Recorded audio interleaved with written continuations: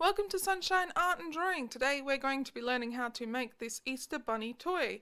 It's a super cute little hand sewn toy. It doesn't require a sewing machine at all, and I'm going to be teaching you how to make it, including this cute little bunny tail and the little pocket on the front to store a little Easter egg as a gift, and the little bow. Here on the left are all the materials that you will need. This does include a little bit of hand sewing, but no machine is required.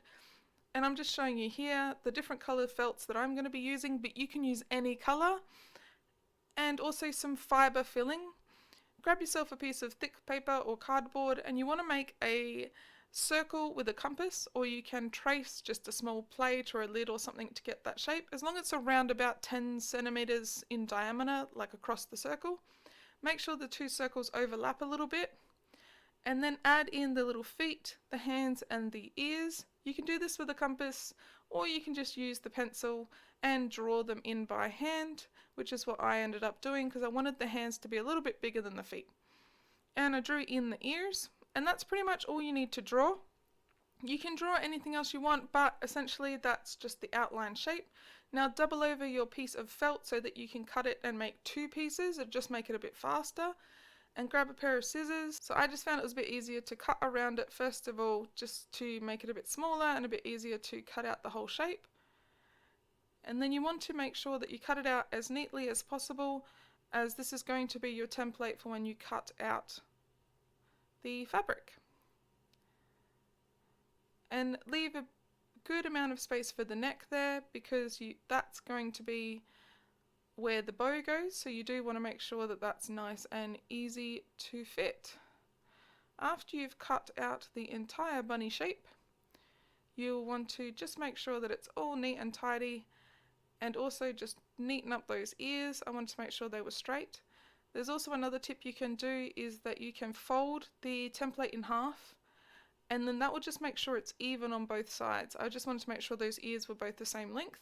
So you can just fold your template in half and just make sure, get any scraps off and lay it on your fabric. Make sure your fabric is doubled over. If your fabric has a right side and a wrong side, you will need to make sure that the right side is in the middle. So you fold it so the right side is inside and you're drawing on the wrong side of the fabric. So if you've got a design or a pattern you want to keep. After you've traced around it, you could just use a pencil, or you can use like a sewing pencil, but I just use a lead pencil because it will wash out. Grab your scissors and begin cutting.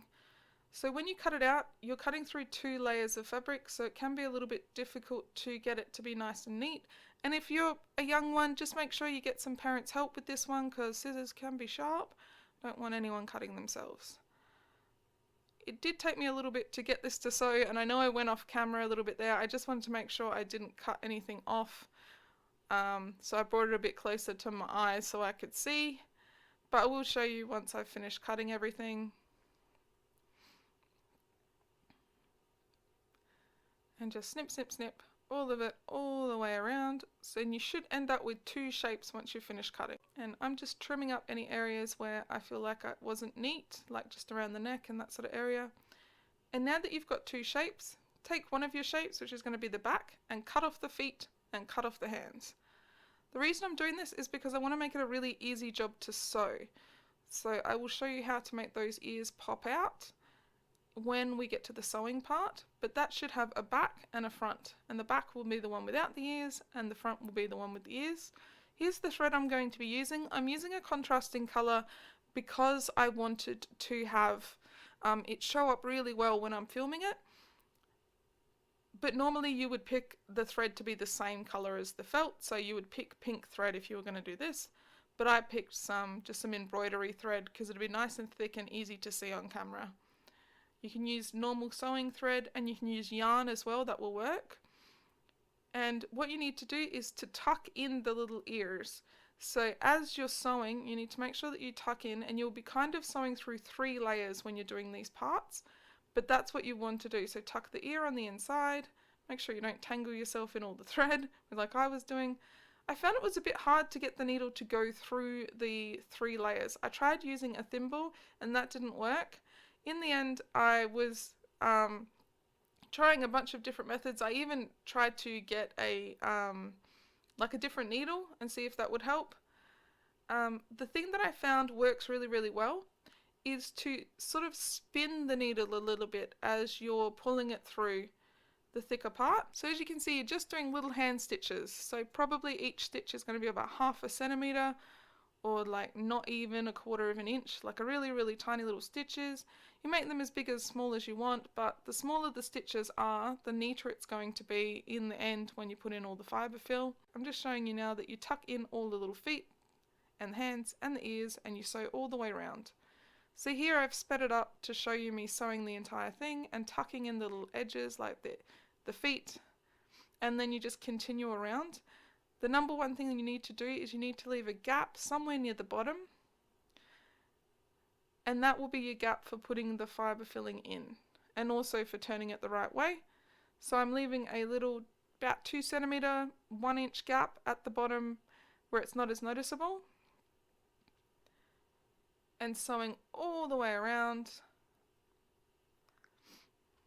And once you get to the beginning again, trim it off and tie off your ends. You can tie the start piece to the end piece, do a couple of good double knots. And I've just got this bit here where that's my opening, and I'm going to turn it in the right way. So this does take a bit of fiddling and finagling to get it to go through the right way. But once you've got it through, you will see that the ears and the little feet and the hands all poke through correctly. It just took me a bit of wiggling to get it to come through. You can also use the end of a pencil or something like that to help poke it through if it's really being difficult. This one just did not want to unravel, so you just got to get the little finger in there and poke around until you get it to undo. There it goes. Now it's undoing. And as you can see, you can now see that the ears are on the outside, the little feet are on the outside, the little toes are on the outside, all of that. Just get off any little scraps, any little bits and pieces, and as you can see, the right side of the fabric is now on the outside. I wanted it to be the more fluffy side. And the 2 little strands that you've got left over, you can pull them a bit tighter just to make it a bit neater. But now you want to get your fibre fill. I just have a sheet of it. I assume this is probably for quilting or something. It was just something I found, actually a whole bunch of this stuff I found in my mum's sewing collection. So when I was down at her house, I found a bunch of fibre fill and a bit of like felt and things like that. And that's always a handy thing. If you've got a family member that's a bit into craft, they're always going to have some spare sewing supplies, some spare fabric and materials. And it also helps to tear it up into smaller pieces so that you can put it in bit by bit. You won't need a lot because it's going to be a little bit flatter. You can stuff it like really full and pack it so that it's quite like thick and fluffy, but I kind of wanted him to be a little bit more flat. And just tighten up those little edges and tuck in the little extra bits of string. And once you've done that, you'll want to just make some really small stitches on the outside just to close up that little gap. Now you're going to be able to obviously see my stitches because they are blue, but if you were doing this with pink thread that matched the fabric, you wouldn't be able to see these stitches. You just make a couple, maybe 3 or 5 stitches just to hold that little bit together. And I'm spinning it slightly again just to get it to go through that thick fabric. And make sure to tie off your ends and trim off any excess thread. And there you go, you've pretty much got your bunny shape pretty done. I found I needed to sew a little bit more just to make sure it was nice and neat. Trim off any excess and just move that little fibre fill around a bit just to make sure it's all even. You can do that with your fingers. So now that you've got that bit done, you've got his head, you've got his body, we are going to be making his little tail. Lid of a glue stick, because it made a good round shape, and I just pressed into it a little bit to make an imprint, just to give me a good circle to work from. And I doubled it over again and cut around it because one layer wasn't going to be thick enough to do what I wanted to do. You grab your little circle and you just go back and forth, but don't tie off the ends. So you want to go back and forth, sewing these 2 pieces together around the edge, but don't tie off your ends, because what we're going to do is you're going to pull those 2 ends together, and that will gather the stitches together and make a little bunny tail. So that's what you want it to do. And once you've pulled the 2 edges together nice and tight, you can just tie those together so it will be nice and fluffy. And that's where it's going to go. So you put a stitch in there and then a stitch in the pink, and it'll pull it on together, and then a stitch through the white and a stitch through the pink, and then as you pull that taut, it will pull it up against the rabbit's back so that the little bunny tail will stay exactly where you want it, and then you just need to tie a knot in the end just to make sure those stitches don't come undone. So that's what I'm doing there, tying a nice knot in the end, then trim off any excess thread, and there's your little tail. The next step is to put his little face. So I just got a regular pencil and drew in a bit of a sort of template guide of what I wanted the face to be. I wanted to do that before I used the texter just to make sure I didn't do anything a bit crazy, because you're not going to be able to remove the Sharpie marker afterwards. And here's a Sharpie kind of type of permanent marker. You just want to make the little nose and the little mouth, and then two little eyes. I tried to keep it simple, I didn't want to make it too detailed. And if you've got any excess little bits of fluff, you can trim those off as well. Last but not least, we're going to be putting a pocket on the front, and this little pocket is going to be so that you can put a little Easter egg in there and make it a gift. So I'm just measuring up how big this pocket needs to be and trimming off any excess as I go. And I'm also going to be popping just that little thimble in there, but any small object will work, and pin it in place. This allows to make sure that the pocket has a little bit of give in it so that you can put something in it. If you tried to sew it right up against the body flat, the pocket wouldn't have any space to put something in. So that's why I left that little thimble in there as I was sewing, and I pinned it in place. And it's the same sort of thing as with the tail. You just want to put little stitches that poke through the purple fabric and down into the pink fabric to join them together. So you just do some little stitches all the way around. But I was able to do this little bunny in about an afternoon. But if this is your first time, that's okay. It is a very good little practice project so that you can get used to hand sewing things, sort of understanding how the stitches work and that sort of thing.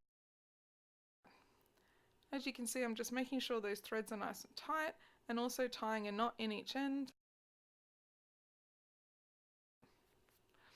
And I'm just adjusting all that fibre fill just to make it a bit more neat, and showing you how you can put something in that little pocket and there's plenty of space. And here's those two little stitches that I did at the top just to strengthen up that pocket. So I just did a small stitch there, just one was all it needed, and then tied it up again, trimmed off the excess. I also added a little detail in the ears and gave the paws some little feet and some little fingers. And I felt like there was something missing. So after I got rid of all my scraps out the way, I thought, you know what he could use, or she, it can be whichever one you want. I figured what we could use is maybe a little bow or something like that. I'm just showing you some close-up shots so that you can see how it turned out after all the sewing. But just get your piece of felt. Take the felt, and you've cut a thin strip. You can actually stretch the felt out and it will make it thinner but also slightly longer, which means you can do some other things with it, like make a cool little French scarf. But what I really wanted to do was tie a little bow, and it's all looking super cute. So as you can see, the little bunny turned out super adorable, and you fluff up that little bow, make it look all adorable, and that's your bunny complete. So I hope you enjoyed this video. It was a super fun one to make. I hope you have a sunshiny day, a wonderful Easter, and hope you get lots and lots of chocolate.